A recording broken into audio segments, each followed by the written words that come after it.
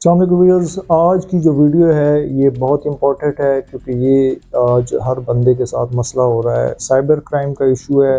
गैर कानूनी सिम्स जो हैं उनका यूज़ और उसके ऊपर क्या सज़ाएं हो सकती हैं और ये किस तरीके से साइबर क्राइम करके आपके जो अकाउंट्स में पैसा है, चाहे वो इजी पैसा है, जायज़ कैश है या फिर कोई आपका बैंक अकाउंट है, किस तरीके से हैक कर सकते हैं और जो इनको यूज़ कर रहे हैं वो किन किन जो जराइम में मुलविस हो सकते हैं और उनको क्या क्या सज़ाएं मिल सकती हैं, इस वीडियो में हम डिस्कस करेंगे कम्प्लीटली। और आप मेरे चैनल में नए हैं तो सब्सक्राइब करें और लाइक करें, शेयर करें ताकि ज़्यादा से ज़्यादा लोगों को फ़ायदा हो सके। तो ये जो सिमों का इशू है और ये जो स्कैमिंग का इशू है, ये पीटीए और एफआईए ने क्रैकडाउन शुरू कर दिया है। पहले भी कोई 2-3 इसी महीने में इन्होंने क्रैकडाउन किए हैं और हज़ारों की तादाद में सिमें इन्होंने पकड़ी हैं। और जो कॉल सेंटर हैं उनमें भी ये स्कैमिंग हो रही है। कॉल सेंटर के नाम पे उन्होंने बनाए हुए हैं बट ये स्कैमिंग के धंधे चल रहे हैं पीछे। तो इनको अब एफआईए और पीटीए ने क्रैकडाउन शुरू कर दिया है, जो कि खुश आइंद है बट ये बहुत लेट है। ये जो मामला है ये आज का नहीं है, ये बहुत पुराना है।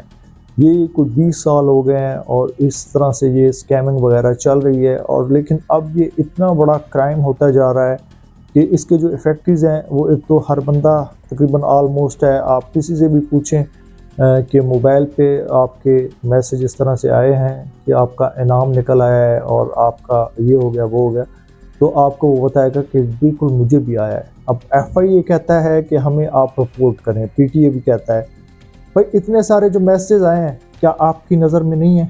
क्या आपको इन मैसेजेस का कोई ब्लॉक करने का, डिटेक्ट करने का, ट्रैक करने का कोई ऐसा मैकेनिज़्म नहीं है? पूरे पाकिस्तान से पूछे। इवन दो कि जीतो पाकिस्तान में फ़ाज़ मुस्तफ़ा का जो प्रोग्राम है उसमें उसने ख़ुद कहा है कि मुझे जीतो पाकिस्तान का इनाम का खुद मैसेज आया है। मतलब जो बंदा वहाँ पे प्रोग्राम को होस्ट कर रहा है वो भी कहता है कि मुझे इसका मैसेज आया है।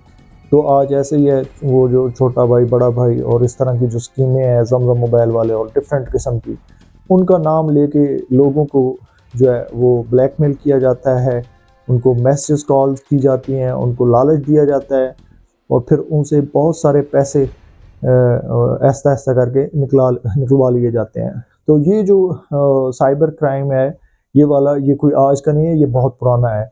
और अब ये बुरी हालत इसलिए इख्तियार कर गया क्योंकि अब ये चाइल्ड पोर्नोग्राफी और डिफरेंट किस्म की जो दहशतगर्दी की जो दफ़ात हैं उनमें भी लोग ये मुलविस होना शुरू हो गए हैं।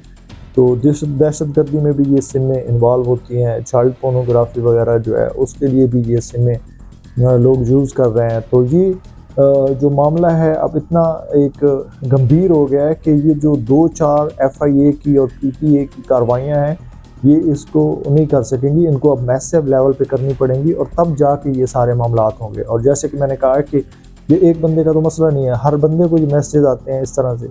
तो इनको कोई जो ट्रैक करके कितनी सज़ाएँ दी हैं, नहीं दी उस लेवल पे। लेकिन अब ये इतनी हद तक पहुँच चुके हैं कि अब आपके सामने है वो मुस्तफ़ा कत्ल वाला केस, उसके बारे में भी यही कहते हैं कि उसके पीछे जो है वो इसी तरह की स्कैमिंग वाली जो पैसा इन्वॉल्व है।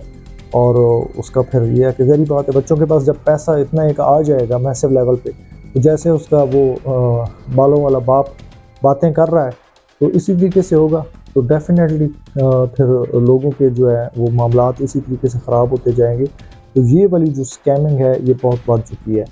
पीटीए और एफआईए ने इस महीने में कोई 3 एक कार्रवाइयाँ की हैं जो कि बड़ी खुशाइंद हैं। चलें अभी भी इन्होंने करना शुरू कर दिए हैं तो बनता तो है, बट एफआईए का जो तरीक़ेकार है वो भी थोड़ा सा डिफरेंट है। वो इन्वेस्टिगेशन में ये चीज़ें इतनी सेटल डाउन हो जाती हैं कि फिर उसके बाद फिर असल जो बंदा है, मुजरिम है, वो बस अपने ही मामलात में रहता है। जैसे कि अभी आपने रिसेंटली पिछले दिनों भी देखा था कि जो इल्लीगल इमिग्रेशन है उसमें एफआईए के 51 जो है मुलाजमीन को बरतरफ किया गया है। अब खुद सोचें कि एफआईए का ये काम है कि इनकी रोकथाम करे। अब 51 जो है मुलाजमीन को बरतरफ किया गया है, तो वो क्या इसमें इन्वॉल्व थे? तो डेफिनेटली वो इसमें इन्वॉल्व थे, तो वो इनको असिस्ट कर रहे थे। तो ये वाली जो चीज़ें हैं, अब एक महकमा ही उसमें इन्वॉल्व हो तो फिर कैसे रुकेंगी। तो चलें, इन्होंने अभी शुरू किया है, ये पहला जो है इन्होंने बहावलपुर में और हासिलपुर में जो इन्होंने क्रैकडाउन किया है, उससे इन्होंने कोई 51 बंदों को जो है पकड़ा है। और इसके बाद जो 8-10 हज़ार के करीब सिमें थी और सिलिकॉन थंब थे। सिलिकॉन थंब क्या होता है? सिलिकॉन थंब ये होता है कि जैसे आप रोड के ऊपर खड़े होते हैं, आपको सिमें बेच रहे होते हैं, आप कहते हैं कि फ्री सिम ले लें।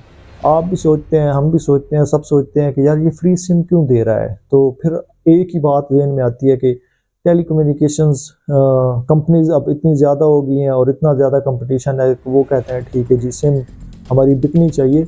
बाकी ये है कि आप उसका उनको प्रॉफिट हो या ना हो, वो आगे फिर कस्टमर बना के प्रॉफिट गेन कर ले। बट वो ये नहीं था, वो ये है कि लोगों का वो जो थंब है उसको वो ले के आगे फिर उसके डाटा को हैक करते हैं। उनको फिर सिलिकॉन थंब्स को यूज़ किया जाता है बैंकिंग ट्रांजैक्शंस की हैकिंग के लिए, किसी भी काम के लिए यूज़ किया जा सकता है।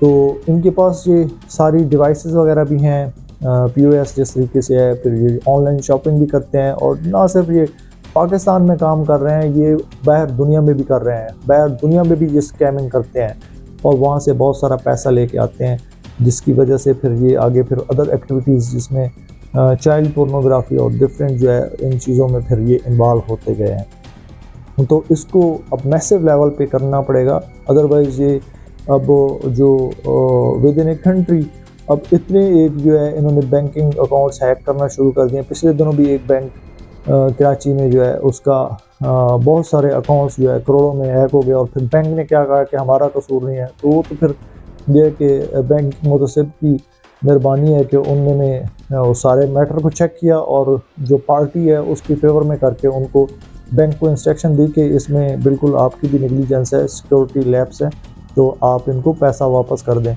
तो ये साइबर क्राइम की जो एक्टिविटीज़ हैं ये अब बहुत मैसिव लेवल पे बढ़ चुकी हैं और ये आए दिनों में इतनी ज़्यादा हो रही हैं कि अब ये जो बाकी जराइम हैं उनसे तो ये बहुत आगे निकल चुके हैं। बस ये है कि हमारे इदारे अभी सोए हुए हैं, अभी इन चीज़ों को देख रहे हैं।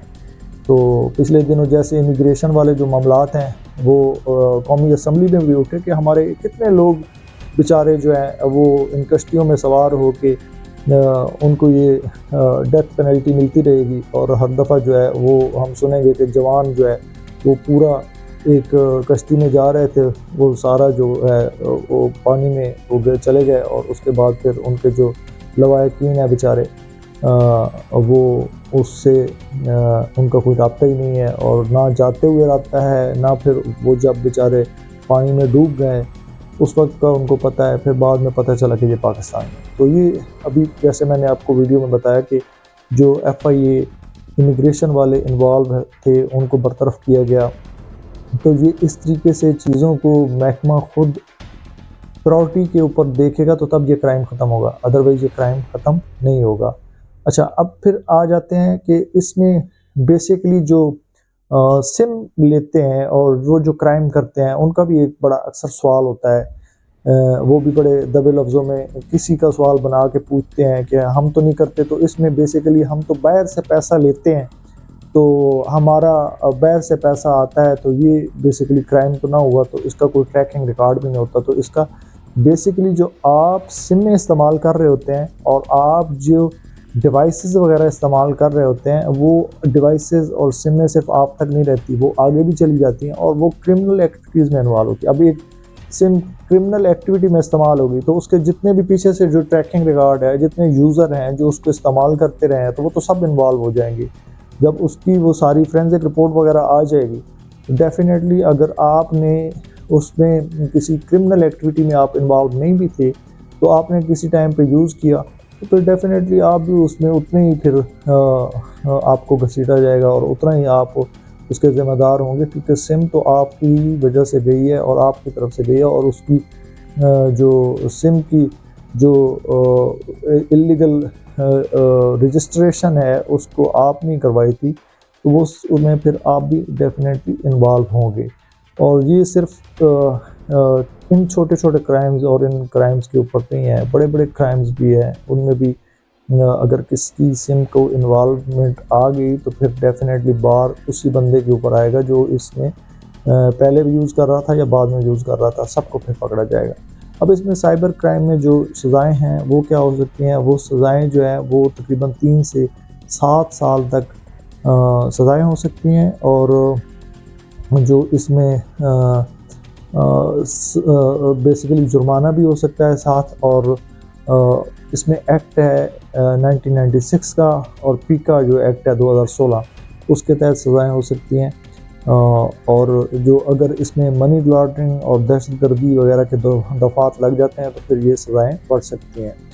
सो इसको जो सिम दानिस्ता या नादानिस्ता जो भी इसमें इन्वॉल्व होंगे उनको फिर सज़ाएँ ज़रूर मिलनी चाहिए और मिलेंगी। और ये FIA और PTA से भी रिक्वेस्ट करते हैं कि इनको मैसिव लेवल पे किया जाए, ताकि ये कि ज़्यादा से ज़्यादा लोगों को पकड़ा जाए और उनको इन क्रिमिनल एक्टिविटीज़ से रोका जाए।